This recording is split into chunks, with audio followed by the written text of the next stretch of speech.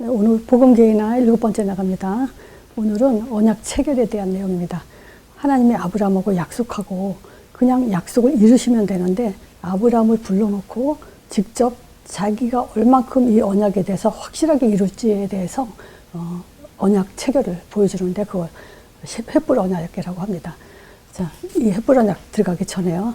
자, 아브라함 부르신 이유에 대해서 이제 여러분 다 아시죠?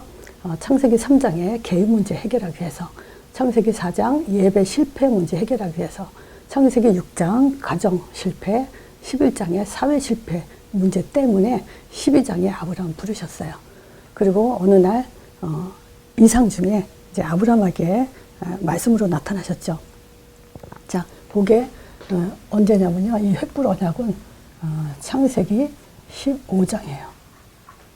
자, 15장에 이상 중에 나타나셔서 하나님이 아브라함에게 하시는 말씀이 뭐냐면요. 두려워하지 말라. 여러분이 이렇게 하시는 말씀입니다. 두려워하지 마세요. 자, 그리고 하나님은요, 우리의 방패고 지극히 큰 상급이시라고 했습니다. 그냥 하나님이 아닙니다. 자, 근데 이 15장에는 두 가지 내용에 대해서 얘기하세요. 그게 내용이 뭐냐면요. 창세기 3장 15절, 이 언약입니다. 그리스도예요. 15장 그 4절에 보면 여호와의 말씀이 아브라함에게 임하는데 뭐라 하냐면요. 그 전에 이제 그 아브라함이 나는 너의 방패요 지극히 큰 상급이다 했을 때 아브라함이 하나님한테 뭐라 했냐면요. 자기는 지금 응답을 못 받았다. 말하자면 자식이 없다. 이런 얘기 하죠. 그래서 자기가 무지하기 때문에 내 집에서 길리우는 엘리에셀 종이 나의 후사가 될 거다 얘기했을 때 하나님이 그 자가 너의 후사가 되는 게 아니고 네 몸에서 날 자가 네 후사가 될 거라고 얘기합니다. 그러면서 5절에 그 얘기해요. 아브라함을 이끌고서 밖으로 나가서 하늘을 보게 하면서 이 무별이 많은 그 별들이 네 자손이 이와 같이 많을 거다 얘기해요. 그러면서 여기에서 뭐 얘기하냐면요. 자손을 주겠다 이런 얘기를 해요. 자, 두 번째는요. 그러면서 이 자손을 준다 했을 때 아브라함이 그 하나님이 말씀하신 그 말씀을 믿으니라고 구약에는 믿음이라는 단어가 여기서 딱 한 번 나옵니다. 자, 그 다음에 뭐냐면 가나안 땅을 이제 기업으로 주겠다 이래요. 자, 근데 이 기업으로 줄 때 이 땅을 기업으로 줄 내가 어찌할리요 이렇게 질문합니다. 이 질문은 반문이죠. 이 반문은 불신앙이에요.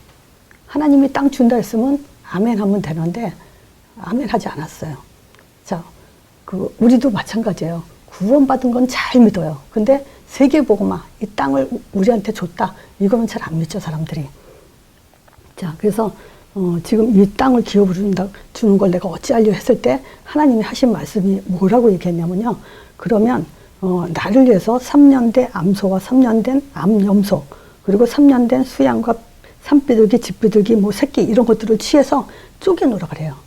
그럼 뭐냐? 이 쪼개놓은 사이로 이제 하나님이 아브라함의 눈으로 볼 수 있도록 불꽃이 지나가게 하면 와, 정말 하나님이 이 약속을 하시고 반드시 이룰 거구나. 이걸 보이게 하시려고 하는 거죠. 자, 그래서 여기서는 뭘 얘기하냐면요. 문제는 아브라함이 새를 쪼개지 않았다 그래요. 그래서 이 새는 사체가 되죠. 그러면 아브라함과 하나님이 약속했을 때 같이 흠 없이, 그러니까 말하자면 약속이 철저히 지켜져야 되죠. 새 쪼개라 했으면 쪼개야 되는 거죠. 그래야 이제 하나님도, 하나님의 언약이, 불꽃이 지나가는 그것을 그대로 이룰 거잖아요. 그래서 새를 쪼개지 않았는데 불꽃이 지나갈까, 안 지나갈까? 우리가 생각해 봐야 되죠. 내가 질문해 보면 안 지나간다고 얘기하죠. 왜냐, 새 안 쪼갰으니까. 근데 불꽃이 지나가요. 그래서 이 언약, 창세기 15장 언약을 통해서 우리가 볼 수 있는 게 뭐냐면요. 하나님의 언약은 일방적이라는 거예요. 그렇잖아요. 이 약속이라는 것은 언약 체결이라는 것은 우리가 예를 들어서 아파트를 사고 팔 때요. 한쪽에서 어기면 이루어질 수 없죠. 근데 하나님의 언약은 일방적이기 때문에 완전성을 갖고 있어요. 완벽해요. 그리고 영원한 거예요. 참 감사해요. 이걸 알면 진짜 감사해요. 우리는 부족하고 연약하고 그러지만 말로만 우리는 부족한데 하나님의 역사에서 그 얘기가 아닙니다. 진짜 우리는 약속을 지킬 수 있는 그런 수준의 사람들이 아니잖아요. 근데 하나님은 정말 이 복음의 내용, 언약의 내용을 가진 자에게 반드시 일방적인 역사로 이루고 계시죠. 자, 그래서 17절에 보면요, 쪼갠 사이로 이제 불꽃이 지나갔다고 얘기하죠. 자, 그래서 우리가 오늘 언약 체결의 히브리서 6장 13절에서 20절, 요걸 제가 가장 많이 좋아하는 성경 구절이라고 말씀드린 적이 있을 겁니다. 여기에 대해서 이 내용만 읽어봐도요, 우리는 어떻게 생각이 바뀌냐면요, 그냥 하나님이 아니라 언약의 하나님, 요게 24시 아마 집중되게 될 겁니다. 집중되게 돼 있습니다. 자, 그걸 한번 우리가 또 확인하는 시간을 가졌는데, 자, 지금 언약의 주체가 누구냐? 당연히 우리는 하나님이죠. 자, 하나님 자신이세요. 히브리서 기자가 이렇게까지 기록을 해요. 하나님이 아브라함한테 약속할 때 가르쳐 자기보다 맹세할 자가 자기보다 더 큰 자가 없으므로 가장 크신 분이 하나님이에요. 그 자기를 가르쳐 맹세했다는 것은 뭐냐면 완벽하다는 거예요. 자신을 가르쳐서 맹세했죠. 근데 여기서 우리가 가장 큰 자신을 가르쳐서 한 데다가 또 살펴볼 것이 뭐가 있냐면 다니엘서 6장 8절이요. 다니엘에서 잘 우리가 알죠? 시기 질투하던 그 총리와 방백들이 다니엘을 이제 모함해가지고 사자굴 속에 집어넣는 그런 사건이잖아요. 자, 그랬을 때 지금 여기에 그 금령을 세우죠. 그 금령이 뭐냐면요, 그때 당시에 메대라는 나라와 바사라는 그런 나라에 그런 금령이 있어요. 뭐냐면 그 법을 세웠는데 왕이 조서의 어인을 딱 도장을 찍어버리면 왕도 못 바꾼다는 그런 규례가 있어요. 지금 그 내용이 다니엘서에 기록이 돼 있어요. 그러니까 이거는 우리가 뭘 확인할 수 있는 거냐면요, 하나님 자신도 자기가 언약을 한 거면, 딱 도장을 찍은 거면 반드시 하나님도 그 법을 어기지 못한다는 거. 그만큼 확증된 그 언약의 확실성을 여기서 볼 수 있어요. 지금 그래서 다니엘이 이제 결국은 걸려들잖아요. 흠잡을 데가 없죠, 다니엘은. 그러니까 흠잡을 게 뭐냐면 다른 신에게 절하는 거예요. 왕이 그때 당시에는 이제 왕을 신성시했기 때문에 왕 외에 다른 신에게 절하거나 기도하면 그거는 이제 배반자로 그렇게 낙인이 찍히죠. 그래서 그런 법을 세워서 지금 다니엘을 사자굴 속에 집어넣어서 죽이려고 한 거죠. 근데 그때 다리오 왕이 얼마나 다니엘을 사랑했는지 또 살리고 싶어서 밤새도록 고민했는데 그 사람 방백들과 총리들이 와서 당신이 도장 찍었잖냐, 이건 어길 수 없다, 이렇게까지 함으로써 이제 결국은 사자굴 속에 집어넣는 그런 내용이잖아요. 그래서 여기서 우리가 볼 것은 그거예요. 조서에 어인이 찍힌다. 그러면 왕도 못 바꾼다. 이게 바로 하나님의 언약의 가장 확실성이에요. 자, 그리고 히브리서 6장 보면요, 13절에 보면 맹세할 자가 자기보다 더 큰 자가 없어 자기를 가리켜 맹세하잖아요. 그러면서 14절에 보면요, 반드시 복 주고 복 준다 그래요. 그리고 번성케 하고 번성케 한다 그래요. 근데 여기서 중요한 것은 또 뭐가 있냐면요, 최후 확증이라는 얘기를 해요. 언약은 최후 확증. 즉 뭐냐면요, 사람들이 다툴 때, 서로 다툴 때, 우리 이제 그만 싸우지 말자, 그리고 우리 맹세하자, 그냥 싸우지 말자가 아니라 맹세까지 해야만 모든 것이 최후 확증이 된다는 거예요. 자, 사람들은 16절에 그러죠. 자기보다 더 큰 자를 가리켜 맹세하는데 맹세는 저희 모든 다툰 일의 최후 확증이다. 그러면서 맹세로 보증을 했다, 이 얘기를 해요. 자, 그러니까 이거는 하나님은 그냥 약속 정도가 아니고 법적으로도 완벽하고 또 맹세 보증으로도 완벽한 거예요. 근데 여기서 20절에 보면요, 맹세로 보증하기 위해서 예수께서 대제사장이 되어 휘장 안에 들어갔다 그래요. 이제 죽으러 들어가셨다는 거죠. 십자가.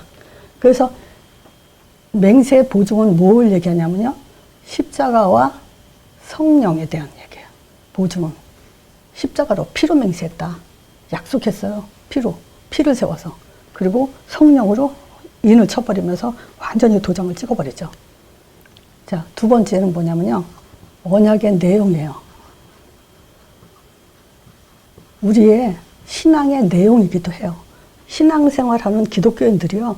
하나님이 내가 믿는데 믿음의 내용이 뭔지 이걸 말할 수 없다면 이건 참 진짜 너무 안타까운 일입니다. 여기에서 뭐냐면 18절에 이런 얘기를 해요. 이는 하나님이 거짓말 하실 수 없는 두 가지 변치 못할 사실이에요. 절대 거짓말이 아니라 사실이에요. 두 가지 변치 못할 사실이에요. 이것을 지금 얻으려고 앞에 있는 소망을 얻으려고 우리가 자꾸 피해 다니죠. 육신적으로 눈으로 보는 걸 따라가죠. 근데 예수께서 우리의 소망에 있는 영혼의 닭같이 아주 튼튼하고 견고하신 이분이 휘장 안에 들어가심으로 인해서 예수께서 멜기세덱의 반차를 쫓아 영원히 대제사장이 돼서 우리를 위하여 들어가셨는지라 이래요. 자, 그러면 두 가지 변치 못할 사실이 뭐냐면요. 자손과 땅이에요. 이게 지금 앞부분에 창세기 15장 얘기잖아요. 횃불 언약에 내가 너를 통해서 이 자손을 주겠다 그래요. 그랬을 때 자손은 단순입니까? 복수입니까? 자손들이라고 하지 않고 자손이라고 얘기했다는 것이 갈라디아서 3장 16절에 그 얘기를 해요. 15절에도 이런 얘기를 해요. 형제들아 사람들이 예를 들어 말할 때 사람의 언약이라도 정한 후에는 피하지 못한다. 인간들도 약속을 한번 정하면 안 피한다. 그런데 하물며 하나님께서 그걸 피하겠느냐 이거예요. 하나님이 이 약속들을 아브라함에게 말한 것인데 이걸 여럿을 가리켜서 자손들이라고 하지 않고 자손이라고 얘기한 것은 그리스도인이라고 그래요. 곧 자손과 땅. 자, 이걸 두 개로 얘기해 볼게요. 두 가지니까 자손 한 가지, 땅 두 가지입니다. 자, 그리고 그 자손은 그리스도를 말하는 겁니다. 자, 그리고 또 뭘 얘기하냐? 히브리서 6장 14절에 하나님이 약속할 때 그 자기보다 더 큰 자가 없어서 자기를 가르쳐 맹세했죠. 근데 반드시 14절에 반드시 복 주고 복 주며 번성케 하고 번성케 한다 그랬는데 복과 번성이에요. 요게 두 가지예요. 자손, 그리스도 요게 복이고 땅 이것이 우리에게 번성이에요. 그리고 창세기 15장에 저기 아브라함한테 뭐라요? 나는 너의 방패요 지극히 큰 상급이니라. 이 얘기를 왜 하냐면요. 성경은 우리에게 두 가지만 얘기하고 있습니다. 성경 잘 보면요. 그리스도와 전도. 한마디로 말하면 그리스도와 전도 얘기하는 거예요. 성경 보는 눈은 요 두 가지입니다. 자, 그럼 여러분들은 지금 언약의 주체가 하나님이 자신이고 최후 확정으로 예수 그리스도를 통해서 맹세와 보증까지 했다는 걸 이걸 알았어요. 그리고 언약의 내용은 두 가지예요. 구원과 전도. 이것이 복이고 번성이에요. 이것이 우리의 방패고 큰 상급이에요. 자, 그럼 내가 언약 잡았냐? 확인해야 되죠? 자, 우리는 언약이 창세기 3장 15절이에요. 자, 하나님의 아들을 통해서 우리는 약속을 잡는 거예요. 어떤 약속이냐? 십자가로 맹세한 약속을 잡는 거예요. 부활을 통해서 사단 권세 깨트린 그 능력을 믿는 것이고 잡는 것이고요. 또 그분이 누구냐? 예수죠. 자, 이 예수 이름 부를 때마다 우리한테 어떻게 하죠? 성령을 보내주세요. 그래서 영접하는 자 곧 그 이름을 믿는 자들에게 요한복음 1장 10절이죠. 하나님 자녀된 권세를 주셨으니 그래요. 즉 말하자면 시인할 때, 부를 때 더 중요한 단어는 뭐냐면 신뢰할 때예요. 우리가 사람 누군가를 신뢰한다는 것만큼 굉장히 좋은 단어가 없어요. 어떤 사람이 나를 정말 신뢰한다. 정말 뿌듯하고 행복하죠. 바로 우리가 예수 이름으로 하나님을 신뢰하는 겁니다. 이게 사실은 진짜 믿음이에요. 자, 그리고 내가 부르느냐, 여러분들이 부르냐, 믿음이 틀려요. 여러분들이 부르지 않으면 그건 여러분들의 믿음이 될 수 없어요. 여러분들이 언약이 될 수 없어요. 그래서 언약을 잡았다는 것은 여러분들이 예수 이름을 부르는 것이 언약 잡았다예요. 자, 언약 잡을 때, 예수 이름 부를 때 성령이 우리에게 내주되게 돼 있죠. 구원의 완성입니다. 끝났어요. 성령이 한번 우리 안에 들어오면. 자, 그리고 이 성령은 우리가 땅까지 증인되도록 인도하세요. 인도의 기준은 사도행전 1장 8절입니다. 요거 빼놓고 인도라면 틀린 거죠. 자, 그 성령이 인도를 받을 때, 땅까지 증인된 삶을 살 때 성령이 역사하죠. 요걸 가지고 우리는 응답이라고 합니다. 그래서 전도자의 삶으로 우리는 응답을 받게 돼 있죠. 그래서 이 응답, 성령의 역사, 응답 받을 때 우리한테 전도자의 삶으로 응답 받을 때 권세가 나가고 권능, 천사의 사역이 일어나죠. 그래서 이 힘을 가지고 세계 복음화를 하는 겁니다. 자, 그래서 지금 언약 잡아라, 그렇죠? 예수 이름 부를 때 반드시 성령이 내주하신다고 약속하셨다. 이렇게 믿는 겁니다. 내가 사도행전 1장 8절 속으로 인도받을 때 하나님은 완벽하게 땅끝까지 증인되는 전도자의 삶을 살도록 하나님이 인도하겠다고 약속하셨다. 그리고 반드시 그 전도자의 삶을 사는 사람이 기도할 때 응답하신다고 약속하셨다. 그리고 예수 이름으로 흑암이 꺾는 권세가 나간다고 약속하셨다.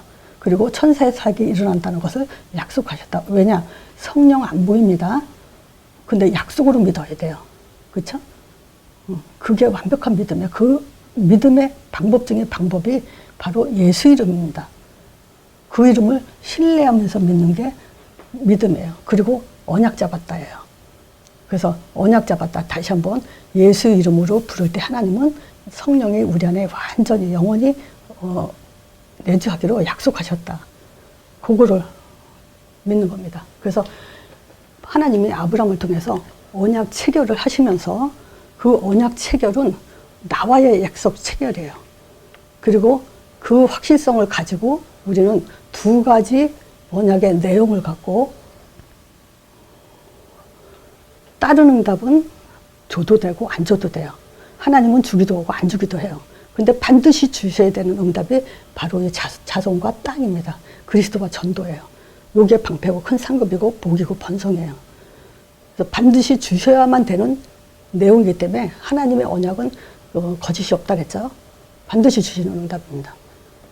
자, 그래서 혹시 이게 복음 개인하기 때문에 이것이 설명하기 어렵다고 생각하시면 뭐 어쩔 수 없네요. 그냥 반복해서 들으실 수밖에 없습니다. 지금 창세기 15장하고 히브리서 6장 13절에서 20절 이 두 개 가지고 우리가 언약의 확실성과 내용을 설명하는 거예요. 자, 그래서 또 한 주간도 잘 준비하시길 바랍니다.